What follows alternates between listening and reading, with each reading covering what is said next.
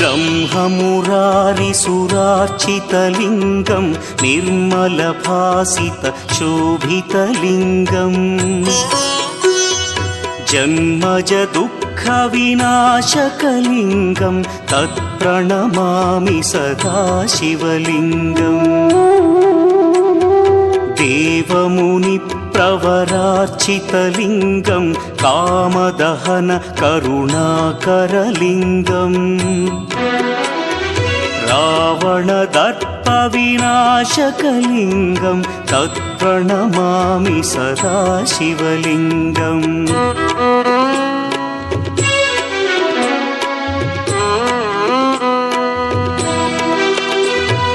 सर्वसुगन्धसुलेपितलिङ्गं बुद्धिविवर्धनकारणलिङ्गं सिद्धसुरासुरवन्द्यं